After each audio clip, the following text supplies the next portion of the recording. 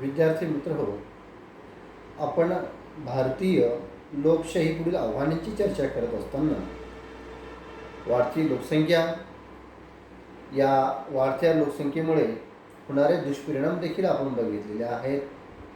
यानंतर सध्याकालीन वर्तमान परिस्थितीमध्ये भारतीय संसदेपुढे जी काही आव्हाने निर्माण झालेली आहेत, यामध्ये राजकीय उदासीनता, आरक्षण यासारखे अनेक विषय त्या ठिकाणी चर्चेले आपण त्या ठिकाणी आहेत. आजच्या काळामध्ये आपण जरी दुसरा जो प्रकार बघायचा तो म्हणजे स्त्रियावरील अत्याचार, हा देखील एक आजच्या काळामध्ये ज्वलंत असा विषय त्या ठिकाणी निर्माण झालेला आपल्याला त्या ठिकाणी दिसून येतो. बेटी बचाओ बेटी पढाओ अशी मोहीम राबवून देखील स्त्री भ्रूण हत्येसारखे प्रकार अधिक वाढल्याचे दिसते. हे गंभीर वास्तव असून ते बदलायला हवे. देशभर सर्वत्र पसरलेल्या बहुसंख्य गरीब दुबळ्यांची स्थिती वर्षानुवर्षे भयावह आहे. याच्यामुळे काय कारण आहे हे शोधून त्यावर मुलमपट्टी करण्याऐवजी कायमचा इलाज करण्याची गरज आहे. यावर राजकीय आणि आर्थिक धोरण बदलण्याचे खरे आव्हान आहे. आपल्या देशात लोकशाही चालू असावी आणि चालू राहावी यावर ज्यांचा विश्वास आहे त्या सर्वांचा हुकुमशाहीला विरोध असणारच. पण फॅशिस्ट शक्ती दहशतवाद निर्माण करतात. फॅशिस्ट शक्ती कधी निर्माण होऊ न देण्याचे आव्हान स्वीकारायला हवे. भारतीय घटनेचे शिल्पकार डॉक्टर बाबासाहेब आंबेडकर यांनी वेळोवेळी व्यक्त केलेल्या विचारातून स्टेटस अँड मायनॉरिटी या पुस्तकात लोकशाही समाजवादाची मूलभूत तत्वे हिराणीने मांडलेली आहेत. अस्पृश्यता उच्चाटन या आव्हानाला सामोरे जातानाच सामाजिक, आर्थिक, सांस्कृतिक, राजकीय व मानसिक परिवर्तनासाठी बाबासाहेबांनी या सम्यक क्रांतीचा केलेला आरंभ पुढे सुरू ठेवायला हवा. लोकशाहीची व्याख्या करताना अब्राहम लिंकन म्हणतात की लोकांनी लोकांच्याकरिता लोकांचे द्वारे चालविलेले शासन म्हणजे लोकशाही होय. यात सद्यस्थितीत लोकांकडूनच राज्य चालवले जात आहे हे 100% सत्य आहे. मात्र ते लोकांच्या हिताकरिता लोकांकरिता व लोकांकडून ते खरोखरच चालवले जात आहे का याचा प्रामाणिक विचार करणे आवश्यक आहे. हिला दुसरी बाजू देखील आहे, ती म्हणजे आज देशात घडणाऱ्या प्रत्येक वाईट गोष्टीबद्दल आपण सरकारला किंवा राजकीय नेत्यांना दोष देतो. आरोपीच्या पिंजऱ्यात उभे करून त्यांना हकलण्याची भाषा करतो. मात्र यात स्वतःची जबाबदारी सोयीस्करपणे त्या ठिकाणी विसरत असताना आपण दिसून येतो. आज देशातील आर्थिक विषमता वाढलेली दिसते. जमीनदारीसारख्या सरंजामशाही संस्था जरी नष्ट झाल्या असल्या तरी आर्थिक विषमता बेसुमार वाढलेली आहे. काही मूलभूत लोकांच्या हातामध्ये बेसुमार संपत्तीचं केंद्रीकरण त्या ठिकाणी झालेलं आहे, तर बहुसंख्य जनता दारिद्र्य रेषेखाली जीवन जगत असताना आपल्याला त्या ठिकाणी दिसून येते. स्वातंत्र्योत्तर काळातील झालेले घोटाळे हेच काळा पैसा निर्माण करण्याची उगम स्थाने आहेत. स्त्रियावरील अत्याचार, अनुसूचित जाती व जमातीवरील अत्याचार यांचेही प्रमाण वाढलेले आहे. आज आर्थिक दरी मोठ्या प्रमाणामध्ये वाढलेली दिसून येते. त्याचबरोबर गुन्ह्याचे प्रमाण देखील वाढलेले आहे. या सर्वांचे कारण आर्थिक सामाजिक परिवर्तनाला फार मोठ्या सामाजिक प्रबोधनाची गरज आहे व प्रत्येकाची जबाबदारी आहे. सध्या व्यक्ती स्वातंत्र्याच्या नावाखाली अनेक चुकीच्या गोष्टी उघडपणे केल्या जात आहेत. व्यक्ती स्वातंत्र्य म्हणजे केवळ शासनाच्या हस्तक्षेपापासून मुक्तता असा संकुचित अर्थ नाही, तर व्यक्तीची सामाजिक व आर्थिक शोषणापासून मुक्तता असा घेतला जातो. त्यामुळे प्रचलित सामाजिक व्यवस्था जर असे शोषण होण्यास पोषक असेल तर ती बदलणे ही शासनाचे समाजाचे कर्तव्य आहे. प्रजासत्ताक दिनाच्या दिवशी दिसणारी गर्दी, तसेच उफाळून येणारे देशप्रेमाची भावना व त्या देश संदर्भात आयोजित केलेले देशप्रेमाने ओतप्रेत भरलेले विविध कार्यक्रम फक्त त्या दिवसापुरते मर्यादित का असतात हा विचार करण्यासारखा मुद्दा आहे. यात सुधारणा करण्याची जबाबदारी आपल्या हाती आहे. लोकशाही व्यवस्थेमध्ये मतदारांची भूमिका ही अतिशय महत्त्वाची ठरते. मतदान करण्याची उदासीनता लोकशाही देशाला मारक ठरतेच. शिवाय सर्वांगीण प्रगतीचे घोडे इथे आढळते. ग्रामपंचायत ते लोकसभा कुठलीही निवडणूक असो, 40-50% मतदान होणं ही काही निवडणुकीची यशस्वी प्रक्रिया म्हणता येणार नाही. यासाठी मतदारांनी मतदानाच्या दिवशी सुट्टी जाहीर न करता मतदानाचा हक्क बजावलाच पाहिजे. यात शहरी मतदाराची उदासीनता तर फारच धोकादायक पातळीवर आहे. हा देशातील 50% जनता अर्धनग्न अर्धपोटी राहते व झोपते. याबद्दल आपल्याला वाईट वाटते. यावर केवळ सोशल मीडियात चर्चा न करता, सरकारचे कर न भरता आपण कर चोरी तर करत नाही ना, सार्वजनिक मालमत्तेची पुनरीकरण आणि नुकसान करत नाही ना, असे लहान सहान प्रश्न स्वतःलाच विचारणे गरजेचे आहे. देशाच्या विकासासाठी कोणीतरी काहीतरी करेल या भावनेऐवजी आपल्या देशाच्या विकासासाठी मी माझी जबाबदारी ओळखेन व त्यानुसार वागेल याची प्रामाणिकपणे घोंगाट बांधल्यास भारताचे घोडदौड कोणीही रोखू शकत नाही. हेच खरे देशप्रेम होय. भारतीय स्वातंत्र्याचे 75व्या वर्षात पदार्पण भारतीय लोकशाही 72 वर्षे होत आहेत. या पार्श्वभूमीवर भारतीय लोकशाही समोर आव्हानांची चर्चा प्रासंगिक ठरते. ब्रिटिशांनी भारतात लोकशाहीस अनुरूप संस्कृती रुजविली.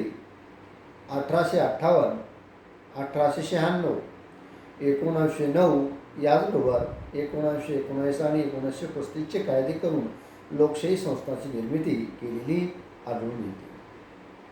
भारतास स्वातंत्र्य देताना ब्रिटिश व पाश्चिमात्य देश व लोकशाहीच्या तज्ज्ञ विचारवंतांकडून या देशाच्या भविष्यकालीन अस्तित्वाबद्दल शंका व्यक्त केलेल्या होत्या. यात अनेक संस्थानिक व अनेक धर्म जाती यांचे उगमस्थान वसतिस्थान असलेल्या या देशात एकात्मता निर्माण करून देशाचे ऐक्य टिकविणे अशक्य होईल व अल्प काळातच देशाचे विघटन होईल. हे त्यांनी केलेले बाकी स्पेशल खोटे ठरवण्याचे काम या देशातील लोकांनी व लोकशाहीने करून दाखवले आहे. भारतीय राज्यघटना त्यातील तरतुदी व लोकांचा तिच्याप्रती असणारा विश्वास व श्रद्धा यामुळे शक्य झाले आहे. भारतीय राज्यघटनेमुळे भारतीय व्यवस्था प्रभावी बनून काळानुसार बदल स्वीकारत सक्षम बनत चाललेली आहे. लोकांच्या विश्वासात पात्र बनले आहे. प्रातिनिधिक लोकशाहीच्या वेस्टमिन्स्टर मॉडेलचा स्वीकार करून सहभागी लोकशाही बहुमताची लोकशाही तत्त्वांचा अवलंब भारतात केला गेला. स्वातंत्र्य काळातील गेल्या 7 दशकात भारतीय लोकशाहीने सामाजिक, सांस्कृतिक, राजकीय, आर्थिक व धार्मिक क्षेत्रात उल्लेखनीय कामगिरी केली आहे. न्याय व समानतेवर आधारित समाज निर्मितीसाठी सातत्याने प्रयत्न करून भारतीय समाज व्यवस्थेत असलेले विविध वैगुण्य दूर करण्याचे यशस्वी ठरले आहे. स्वातंत्र्योत्तर काळात भारतीय समाजासमोर असलेली प्राथमिक गरजा म्हणजे अन्न, वस्त्र, निवारा या क्षेत्रात आस्ते कदम स्वावलंबन प्राप्त केले. आज भारत हरित क्रांतीमुळे अन्नधान्य व वस्त्राच्या बाबतीत स्वावलंबी होऊन या दोन्ही वस्तूंचा प्रमुख निर्यातदार देश बनला आहे. निवारा क्षेत्रात उल्लेखनीय कामगिरी केली आहे. मानवी समाज जीवनाच्या अनेक क्षेत्रामध्ये भारताने लोकशाहीच्या माध्यमातून आत्मनिर्भरता प्राप्त केली असली तरी भारतीय लोकशाही व्यवस्थेसमोर काही समस्या या सातत्याने आव्हान म्हणून समोर येत आहेत. त्या शासनाने समोर जावा लागेल. तर विद्यार्थी मित्र हो, आपण भारतीय लोकशाहीच्या आव्हानासंदर्भामध्ये चर्चा करत असताना आज होणाऱ्या स्त्रियांची अवहेलना हा एक खूप मोठा प्रश्न आज आपल्यासमोर आहे. आज दैनंदिन जीवनामध्ये जगत असताना आपण आजूबाजूला जे काही अनेक घटना घडत आहोत, स्त्रियांच्या संदर्भामध्ये अत्याचार करणाऱ्या स्त्री भ्रूण हत्येसारखे असेल. आपल्या जवळचीच भोकरदन तालुक्यामध्ये राजपूत नावाच्या डॉक्टरने अत्यंत स्त्री भ्रूण हत्येखाली त्याला अटक केलेली आहे. याचबरोबर अनेक शाळा महाविद्यालयामधून आपण स्त्री शिक्षणाचा जाहीर करत असलो, बेटी पढाओ बेटी बचाओ असे जरी नारे देत असलो तरी हे दिलेले नारे हवेतच झिरत असताना आपल्याला दिसून येतात. कारण निर्भया प्रकरणासारखी अनेक प्रकरणं राजरोसपणे आज आपल्या डोळ्यासमोर त्या ठिकाणी घडत असताना आपण वर्तमानपत्रातून रोज त्या ठिकाणी बघतो. यावरती अनेक प्रकारचा आळा देखील घालणं गरजेचं आहे. मग यासाठी शासन दरबारी केवळ कायदे करूनच त्या ठिकाणी भागणार नाही आहे, तर समाजमन देखील त्या ठिकाणी बदलणं गरजेचं आहे. यासाठी गुणवत्तापूर्ण शिक्षण आणि समाजाचं मन परिवर्तन करण्यासाठी अनेक प्रकारचे चळवळी, आंदोलनं, अनेक प्रकारचे शासन दरबारी कार्यक्रम त्या ठिकाणी हाती घ्यावे लागेल, जेणेकरून लोकांचं प्रबोधन होऊन अयोग्य आणि योग्य गोष्टीमध्ये त्या ठिकाणी तफावत करून स्त्रियांच्या बाजूने त्या ठिकाणी पिढी निर्माण होईल. त्यानंतर आपण अन्न, वस्त्र, निवारा या जरी मूलभूत गरजा मानत असलो, जशी स्वातंत्र्य भारताला मिळालं त्यानंतरची परिस्थिती आणि आजच्या परिस्थितीमध्ये आज जमीन आसमानचा फरक आपल्याला त्या ठिकाणी दिसून येतो. एकेकाळी अन्नाला मोठं असलेला भारत आज अन्नधान्याच्या बाबतीमध्ये स्वयंपूर्ण आहे. आपण आज अनेक अन्नधान्य जे आयात करत होतो त्याच्या काहीतरी पटीनं, कितीतरी पटीनं आपण अन्नधान्य आज निर्यात करत आहोत. आज भारताच्या शेजारी राष्ट्रामध्ये भारत हा अन्नधान्याच्या बाबतीत असलेला सर्वात मोठा निर्यात असणारा देश आहे. त्यानंतर आली दुसरा गोष्ट म्हणजे निवारा. आजही अनेक जनता उपाशी पोटी असून आकाशाच्या छताखाली झोपलेली आपल्याला दिसून येते. म्हणजेच काय की आजही आपण आपल्या जनतेला पाहिजे त्या स्वरूपामध्ये निवारा त्या ठिकाणी उपलब्ध करून देऊ शकलो नाही. कारण आजही अनेकदा पंतप्रधान असेल अनेक निवास योजना त्या ठिकाणी शासन दरबारी राबवत असतात आणि तरी देखील आज आपण जनतेच्या निवारा या गरजा पूर्ण करू शकलो नाही. हे विदारक चित्र आहे आणि कदाचित येणाऱ्या काळामध्ये यामध्ये भारत पुढाकार घेऊन ही गोष्ट देखील त्या ठिकाणी पूर्ण करेल असा आशावाद त्या ठिकाणी व्यक्त करावा लागतोय. आपल्या देशाला स्वातंत्र्य मिळून जवळपास 75 वर्षे उलटलेली आहेत आणि आपली लोकशाही जवळपास 72 ते 73 वर्षाच्या पदार्पणामध्ये आलेली आहे. मग या लोकशाहीमध्ये अल्प काळातच आपण अनेक प्रकारची प्रगती देखील त्या ठिकाणी केलेली आपल्याला दिसून येते. विज्ञानाच्या बाबतीत जर विचार केला तर लोकांचा भारतीय राज्यघटना व त्यातील तरतुदी लोकांच्या तिच्याप्रती असणारा विश्वास, श्रद्धा यामुळे शक्य झालेली आहे.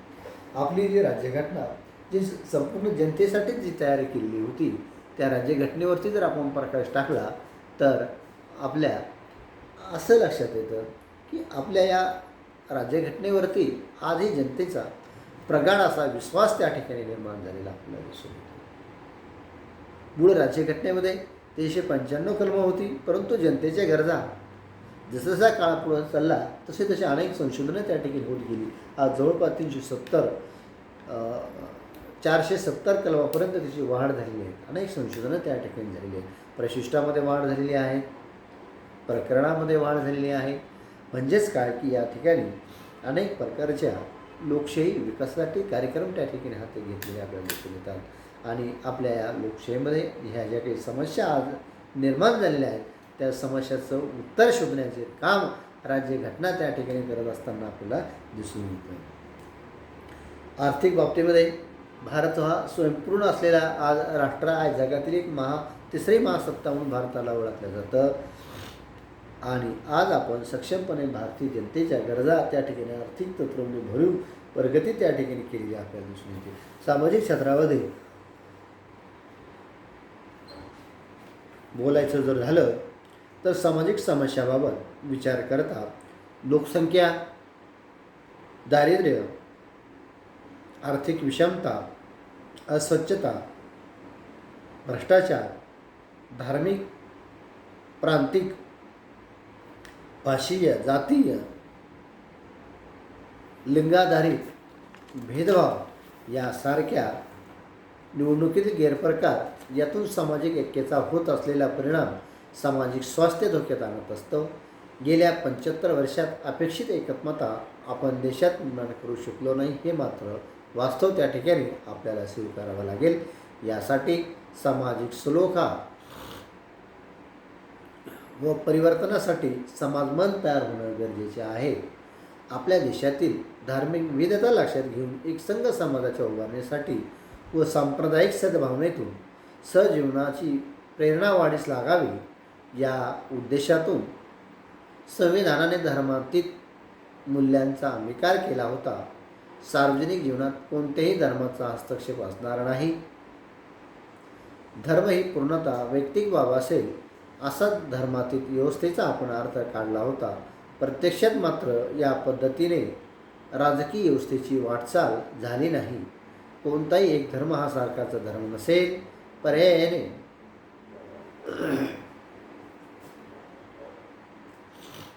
शासन कोणत्याही धर्मावर अधिष्ठित नसेल. तसेच सरकार कोणत्याही धर्माला जवळ करणार नाही किंवा दूरही लोटणार नाही. मात्र प्रत्येकाला वैयक्तिक जीवनात धर्मस्वातंत्र्य असेल, परंतु सार्वजनिक जीवनात मात्र धर्माने हस्तक्षेप करू नये. सार्वजनिक जीवनात धर्माचा हस्तक्षेप नाकारणे व धर्म ही पूर्णतः वैयक्तिक बाब बनविणे असे सर्वधर्म समभावाचे मूल्य संविधानाला पर्यायाने राजकीय व्यवस्थेला पालन करीत आहे. वस्तुतः जे राज्य धर्माधिष्ठित नाही ते धर्मनिरपेक्ष आहे अशी ढोबळ व्याख्या केली तरी फारसे बिघडत नाही. परंतु आपल्या देशाचे राजकारण एवढे धर्मांध व सांप्रदायिक झाले आहे की सत्तेच्या आवर्ताच्या बाहेर जाऊन कुणीही धर्मनिरपेक्ष मूल्यांचा विचार प्रामाणिकपणे मांडत नाही. ही या देशाची समस्या आज त्या ठिकाणी बनलेली आहे. आपल्या देशाची जीवन पद्धती ही धार्मिकदृष्ट्या संमिश्र स्वरूपाची आहे. त्यामुळे धर्म व राजकारणाची गल्लत करणे या राष्ट्राच्या सार्वजनिक जीवनाला कधीही परवडणारे नव्हते व नाही. संविधान स्वीकारल्यानंतर देशात धर्मनिरपेक्ष मूल्य रुजू जाईल व धर्मांधपणा व धर्माधिष्ठितपणा मागे पडून धर्मनिरपेक्ष शासनाची निर्धोकपणे वाटचाल होईल अशी स्वातंत्र्य चळवळीतील नेत्यांची पर्यायाने संविधानकर्त्याची सार्थ अपेक्षा होती. परंतु दुर्दैवाने असे झाले नाही. उलट धर्मांध प्रवृत्तीने अधिकच डोकीवर काढल्यामुळे देशात धार्मिक सलोखा व धर्मातील दृष्टिकोन निर्माण होऊ शकला नाही. अशा स्वरूपामध्ये भारतामध्ये धर्मांधता हा आजच्या काळामध्ये वाढत चाललेला आपण दिसून येतो. म्हणतात की मानसिकला सवरला संघटित झाला, परंतु माणसाचा ससव वेगवेगळी जसा झाला तशा जातीनिष्ठा आणि धर्मनिष्ठा माणसाच्या प्रबळ होत चाललेल्या आपल्याला दिसून येतात. कारण धार्मिक दंगले आज दिवसेंदिवस वाढत आहेत. प्रत्येकाला वाटते की माझी जी जात आहे ती सर्वश्रेष्ठ आहे, माझा जो धर्म आहे तो सर्वश्रेष्ठ आहे, इतर धर्म जे आहेत ते कुचकामे आहेत. म्हणजे धर्मविभाग आणि जातीविभाग हा या देशामध्ये प्रचंड प्रमाणामध्ये वाढलेला आपल्याला दिसून येतो. पण या गोष्टीचा परिणाम भारताच्या राष्ट्रीय एकात्मतेवर त्या ठिकाणी झाल्याशिवाय राहत नाही. राष्ट्रीय एकात्मता साधने आजच्या काळामध्ये अवघड आहे. आपली राष्ट्रीय एकात्मता आपण बघतो 26 जानेवारी किंवा 15 ऑगस्ट या दिवशी लोकांची उत्स्फूर्तपणे त्या ठिकाणी उफळून येते, परंतु इतरतः दैनंदिन जीवन जगत असताना राष्ट्रीय एकात्मता किंवा देशाविषयीचा प्रेम अभिमान त्या ठिकाणी कुठंतरी लिहायला गेलेला आपण दिसतो. तर अनेक आंदोलनं करणे ही जनतेचा त्या ठिकाणी अधिकार आहे, परंतु या आंदोलनामधून अनेकदा आपण बघतो की सार्वजनिक संपत्तीचं खूप मोठ्या प्रमाणामध्ये नुकसान त्या ठिकाणी झालेलं आपल्याला दिसून येतं. जे काही कर्तव्य आपल्या राज्यघटनेने जनमानसामध्ये घातलेली आहे, या कर्तव्याकडे सोयीस्करपणे दुर्लक्ष त्या ठिकाणी केले गेलेलं दिसून येतं. पर्यावरणाची हानी, पर्यावरण प्रदूषण अशा अनेक समस्या आजच्या या दैनंदिन काळामध्ये वाढत असलेल्या दिसून येतात. यावरून असं आपल्या लक्षात येतं की केवळ धर्मांधता मानवी जे भारतीय राज्यघटनेने जे काही मूल्य कर्तव्य सांगितले आहे याकडे वाटचाल त्या ठिकाणी कमी आहे. आणि अधिकाराच्या बाबतीमध्ये तर आपण जागृत असतो. आपले अधिकार जर आपल्याला मिळाले नाही तर आपण रस्त्यावरची आंदोलनं त्या ठिकाणी करायला तयार होत नाही, परंतु मूलभूत कर्तव्याच्या बाबतीमध्ये असं त्या ठिकाणी आपल्याला दिसून येत नाही. म्हणूनच मला या ठिकाणी म्हणायचं आहे की आज माणूस शिकला, सवरला, संघटित झाला, शिक्षणाचं प्रमाणही देखील वाढलं, परंतु याबरोबर धर्मांधता जे काही लोकशाहीच्या समस्या आहेत त्या वाढत चाललेल्या आपल्याला दिसून येतात. कारण आपली लोकसंख्या ही प्रचंड वेगानं वाढते. गणती स्वरूपामध्ये वाढलेल्या लोकसंख्येच्या गरजा भागवणं आज आपल्या राष्ट्राच्या देशाच्या आवाक्याबाहेरचं त्या ठिकाणी आपल्याला दिसून येतं. याचबरोबर प्रांतवाद समस्या वाढलेल्या आहेत, भाषावादाच्या समस्या आहेत, जातीवाद, धर्म यासारख्या पारंपरिक आव्हानं आपल्या संविधानासमोर, लोकशाहीसमोर आणि राष्ट्रासमोर आज उभे आहेत. या पारंपरिक समस्याबरोबरच अनेक प्रकारच्या वर्तमानकालीन काही समस्यांना तोंड वर काढलेलं आपल्याला दिसून येते. यामध्ये स्त्री भ्रूण हत्यासारखे प्रकरण असतील, एकंदरीत स्त्रियांची अवहेलना असेल, या संपूर्ण प्रक्रियेचा त्यामध्ये सहभाग होतो. आजूबाजूचा रोज आपण जर वर्तमानपत्र बघितलं तर असं एकही वर्तमानपत्राचं पान नाही की ज्या ठिकाणी स्त्रियावरती अत्याचार, विनयभंग झालेला, बलात्कार झालेल्या गोष्टी आपल्या कानावर पडत नाही. याचबरोबर राजकीय उदासीनता ही वाढत चाललेली आपल्याला दिसून येते. सर्वसामान्य जनता मतदानाचा अधिकार त्या ठिकाणी बजावते, परंतु 100% तो अधिकार त्या ठिकाणी बजावला जात नाही. आणि मतदान करतानाही उमेदवाराचं कर्तव्य, त्याचं शिक्षण, त्याची गुणवत्ता, त्याचं चारित्र्य या गोष्टीकडे सोयीस्करपणे दुर्लक्ष त्या ठिकाणी होतं आणि जातीनिष्ठा, धर्मनिष्ठा त्या ठिकाणी मात त्या ठिकाणी देतात आणि नको ते व्यक्ती त्या ठिकाणी निवडून जातात. याच कारणामुळं अयोग्य व्यक्ती त्या ठिकाणी गेल्यामुळं भारतामध्ये भ्रष्टाचाराचं पुरण, गुन्हेगारीचं पुरण वाढलेलं आपल्याला दिसून येते. अशा अनेक समस्या आज आपल्या या लोकशाहीपुढे आवासून त्या ठिकाणी उभे असलेल्या आपल्याला दिसून येतात. या ठिकाणी आज आपण या तासिकेला पूर्णविराम देणार आहोत. राहिलेला भाग त्यानंतर आपण बघूया. तत्पूर्वी आज आपण या ठिकाणी थांबू. सर्वांचे मनपूर्वक धन्यवाद.